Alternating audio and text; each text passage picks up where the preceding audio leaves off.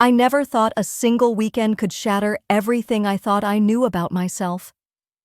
My name is Grace, and I've always played it safe, crafting a quiet life with my husband William, where every day ticked by like clockwork. But when he dragged me out of my comfort zone to a mysterious manor for a party with his enigmatic friends, I felt the ground shift beneath me.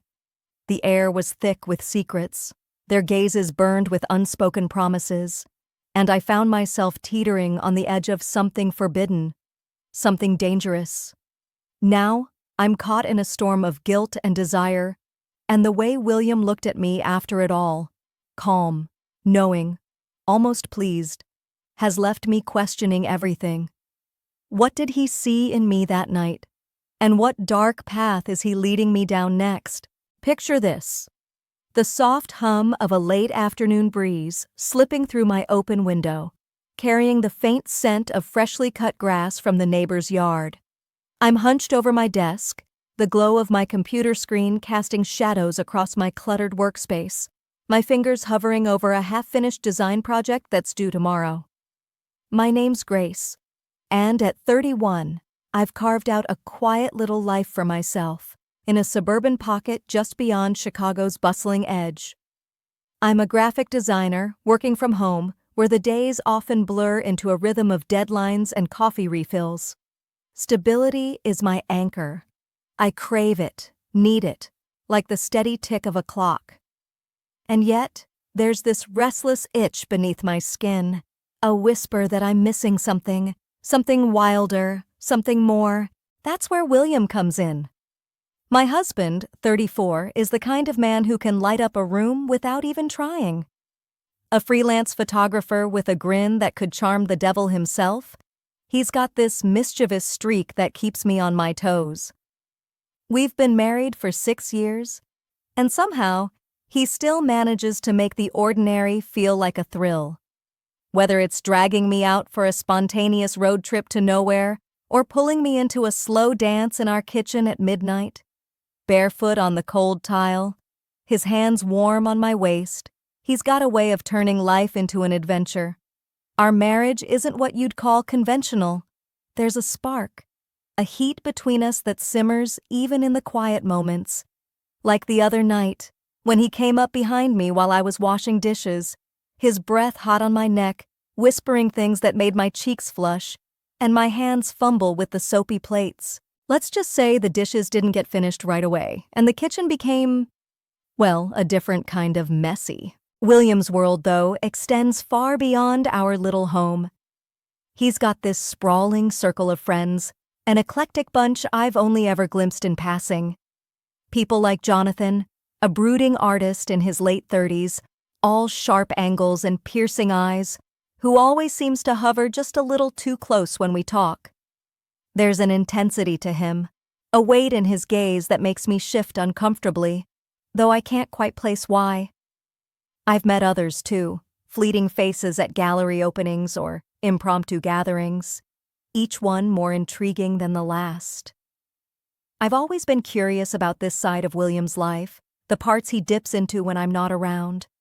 It's like there's a whole other layer to him, a depth I've only brushed against, and I find myself wanting to dive in, even if the thought sends a nervous flutter through my chest. What is it about these people, these places, that pulls him in so completely? And why do I feel this strange mix of excitement and unease at the idea of joining him there? I guess I've always known William has a knack for surprises, for pulling me out of my comfort zone in ways I never expect. So when William burst into my office that afternoon with that familiar glint in his eye, I knew something was up. He leaned against the doorframe, arms crossed, and said we were heading out for the weekend. A small party at a friend's place, just an hour or so from the city.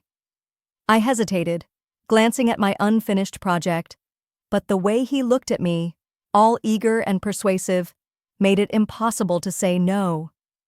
Before I knew it, we were packed and piling into his old Jeep, the kind with scratched-up paint and a stubborn gear shift that only he knows how to handle. The drive out of Chicago felt like shedding a heavy coat. The city's gray sprawl gave way to open fields and dense patches of trees, their leaves catching the late afternoon sun in bursts of gold and amber. We wound down narrow gravel roads, the tires crunching over loose stones, kicking up little clouds of dust in our wake. William had the radio tuned to a classic rock station, humming along to some gritty tune from the 70s, his voice rough but warm. His hand rested casually on my thigh, fingers tapping to the beat, and every now and then he'd glance over with that teasing smirk of his. "You're too serious, Grace," he said, chuckling. "Always got that furrowed brow. Loosen up a little. This weekend's gonna be good for you." I rolled my eyes but couldn't help smiling back, even as a knot of nerves twisted in my stomach. I wanted to match his excitement, but I've never been great with new people, especially not his friends. There's always this undercurrent with them, a sharpness I can't quite name, like they're all in on something I'm not. It's thrilling, sure, but it also sets me on edge, like I'm stepping into a game without knowing the rules. As dusk settled over the countryside, we finally pulled up to the manor. I don't know what I was expecting, but it wasn't this. The place loomed ahead of us, sprawling and ancient, its weathered stone walls draped in thick ivy that seemed to cling like it was holding the building together. Tall windows glowed faintly with warm, golden light, casting long shadows across the overgrown lawn. It looked like something out of an old novel, beautiful in a haunting sort of way, but worn down, like it had seen too many winters. William parked the Jeep near a crumbling stone fountain, its basin filled with murky water and fallen leaves, and we stepped out into the cool evening air. The heavy wooden door at the entrance creaked loudly as it swung open, revealing a dimly lit hallway beyond. A shiver ran down my spine, though I couldn't tell if it was the chill or something else. Inside, the air was thick with the scent of old wood and polished wax, undercut by something faintly sweet, almost like vanilla lingering from a forgotten dessert. We made our way to the living room, where William dropped his bag by the doorway and flashed me a quick, reassuring smile before heading off to grab us some drinks. The living room was a cavernous space, with high ceilings and walls lined with faded tapestries that looked like they'd been hanging there for centuries. A massive fireplace roared at one end, casting flickering shadows over the handful of people already gathered, their voices a low murmur beneath the crackle of the flames. I recognized Jonathan immediately, standing near a velvet-upholstered chair, a glass of something dark in his hand. His gaze found mine across the room, and for a moment, it felt like the air thickened, like he could see right through me. I shifted on my feet, suddenly hyper-aware of the way my dress clung to my skin, the way the dim light seemed to expose every nervous tick. William returned with 2 glasses of wine, pressing one into my hand with a wink before getting pulled into a conversation with someone I didn't recognize. I took a sip, the rich, bitter taste grounding me for a moment, but then William murmured something about needing to check on something upstairs and left me standing there, alone, near the edge of the room. That's when Jonathan approached, his steps slow and deliberate, like a predator sizing up its prey. The room seemed to shrink around me, the walls pressing in as he closed the distance. He stopped just a breath away, so close I could feel the heat radiating off him, and his dark eyes locked onto mine with an intensity that made my pulse hammer in my throat. He leaned in, his voice a low murmur against my ear, his breath warm and invasive. "You look out of place here, Grace," he said, his tone dripping with something I couldn't quite name. But somehow... perfect. My heart raced, a wild, erratic thing in my chest, as his fingers brushed along the side of my neck, a touch so deliberate it sent a shiver cascading down my spine. It was like a spark igniting something dormant, something I didn't want to acknowledge. I froze, caught in a storm of indecision. Part of me screamed to pull away, to find William, to escape this suffocating moment. But another part, darker and quieter, felt drawn to the raw confidence in his presence, the danger of it all. My breath hitched, my mind a chaotic tangle of guilt and curiosity, as I stood there, rooted to the spot, unable to move. Before I could make sense of it, the air shifted again. A side door creaked open, and two familiar figures stepped into the room. Marcus, tall and wiry, his sly grin cutting through the dim light like a blade, and Ethan, broader, quieter, his piercing gaze scanning the space before settling on me. They moved with purpose, their steps synchronized in a way that felt almost rehearsed, circling closer until I was surrounded. The space felt smaller still, their presence overwhelming. And then I felt it. Marcus's hand grazing my shoulder, Ethan's fingers brushing my waist, touches that were both intrusive and charged with an electric tension I couldn't ignore. My skin prickled under their attention, a rush of adrenaline flooding through me, sharp and intoxicating. My mind screamed at me to stop, to step back, to remember where I was, whose home this was, and most of all, who I was married to. But shamefully, deep down, I couldn't deny the thrill of it, the forbidden edge. The way their focus made me feel seen in a way I hadn't expected. It was wrong, so wrong, and yet a part of me reveled in the danger, in the heat of the moment, even as guilt clawed at my chest. I wrestled with myself, torn between shutting it down and letting it unfold, my breath shallow, my thoughts a spiraling mess. I turned my head, desperate for an escape, expecting to see an empty doorway, a way out of this haze, only to freeze as my eyes landed on William. He stood there, just beyond the threshold, a glass of wine still in his hand, his posture relaxed, his expression unreadable at first. My stomach dropped, a cold wave of dread crashing over me, expecting anger, betrayal, anything but what I stood there, frozen, my heart pounding so hard I thought it might crack my ribs as William's gaze met mine across the room. That unreadable look on his face. It shifted, softening into something I couldn't decipher, not anger, not hurt, but something else entirely, something that made my stomach twist in a new, confusing way. I felt the weight of Marcus and Ethan still close by, their presence lingering like a storm cloud, and Jonathan's intense stare burning into me from the side. But slowly, as if sensing the shift in the air, they stepped back, their smirk still curling at the edges of their lips, exchanging knowing glances with each other, and then with Jonathan.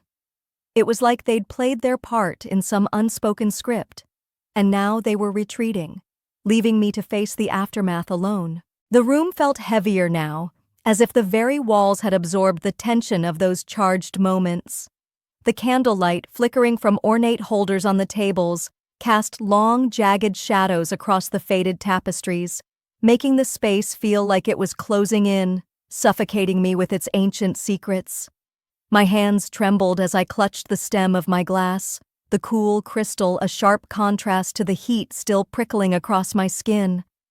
My mind was a storm, a chaotic swirl of confusion and guilt tearing through me.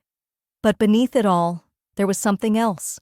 A strange, unfamiliar sense of liberation I couldn't quite grasp. Like I'd crossed a line I didn't even know existed. What had just happened? Why hadn't I pulled away sooner? And why, in the deepest, darkest corner of my thoughts, did a part of me feel alive in a way I hadn't before? I barely had time to process it when William approached, his steps slow and deliberate, his demeanor unnervingly calm, as if nothing out of the ordinary had unfolded. He held out a fresh glass of wine, the deep crimson liquid catching the dim light as he offered it to me. His fingers brushed against mine as I took it, a fleeting touch that felt loaded with unspoken meaning, and I couldn't help but search his face for some sign of what he was thinking. But there was nothing, just that same easy smile, the one that always made my defenses crumble, as if the charged atmosphere around us was nothing more than a passing breeze. "Thought you might need this," he said, his voice smooth, almost too casual, and I nodded mutely, unable to find words. Without another word, he gestured toward a quieter corner of the room, away from the lingering eyes of the other guests, and I followed, my legs feeling unsteady beneath me. We settled into a plush armchair, the fabric soft and worn under my fingertips, and William draped his arm around my shoulders with a casual ease that made my chest tighten. I wanted to ask him everything, why he wasn't upset, what he'd seen, what this all meant, but every time I opened my mouth, the words caught in my throat, tangled up in the mess of emotions I couldn't untangle. Instead, I lifted the glass to my lips, the rich, bitter taste of the wine grounding me for a fleeting moment as it slid down my throat, sharp and warm. I let my gaze drift over the room, watching the other guests as they mingled, their laughter and low conversations weaving through the air like a surreal backdrop to my racing thoughts. Did they know what had just happened? Had they seen the way Marcus and Ethan had closed in? The way Jonathan's touch lingered? Was this normal for them? Just another night in this strange, shadowy world William seemed so at home in? I shifted slightly, feeling the weight of William's arm around me, and stole a glance at him. His profile was calm, almost serene, as he watched the room with an unhurried gaze, but there was something in the set of his jaw, a quiet intensity that made my pulse quicken again. He leaned in then, his breath warm against my ear, sending an involuntary shiver down my spine as he whispered, "You're just starting to come alive, Grace. I've never seen you like this, and I love it." His words were cryptic, layered with a meaning I couldn't fully grasp. The night has stretched on, and the manor seems to settle into a deeper hush, as if even the old walls are holding their breath.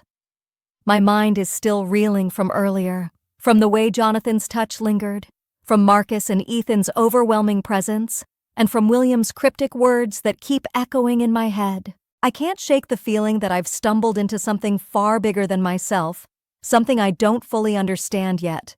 The air inside feels heavy now, almost suffocating with the weight of unspoken things, and I need a moment to breathe, to think. So when William tilts his head toward the arched glass doors leading outside, I don't hesitate. I follow him, my footsteps echoing softly on the worn wooden floor as we step out onto a stone terrace that overlooks a sprawling garden bathed in moonlight. The cool night air hits me like a slap, sharp and bracing, cutting through the fog that's been clouding my thoughts all evening. It's a stark contrast to the stifling warmth of the manor's interior, where the heat of too many bodies and too many secrets pressed against me. Out here I can finally draw a full breath, the crispness of the night clearing my head, if only for a fleeting second. The garden below stretches out like a painting, all silver and shadow under the pale glow of the moon. Hedges twist into intricate shapes, their edges softened by the darkness, and somewhere in the distance, I hear the faint trickle of water, maybe from that crumbling fountain we passed earlier. I wrap my arms around myself, the chill seeping through the thin fabric of my dress, but I don't mind it. It feels grounding, real, in a way that nothing else has tonight.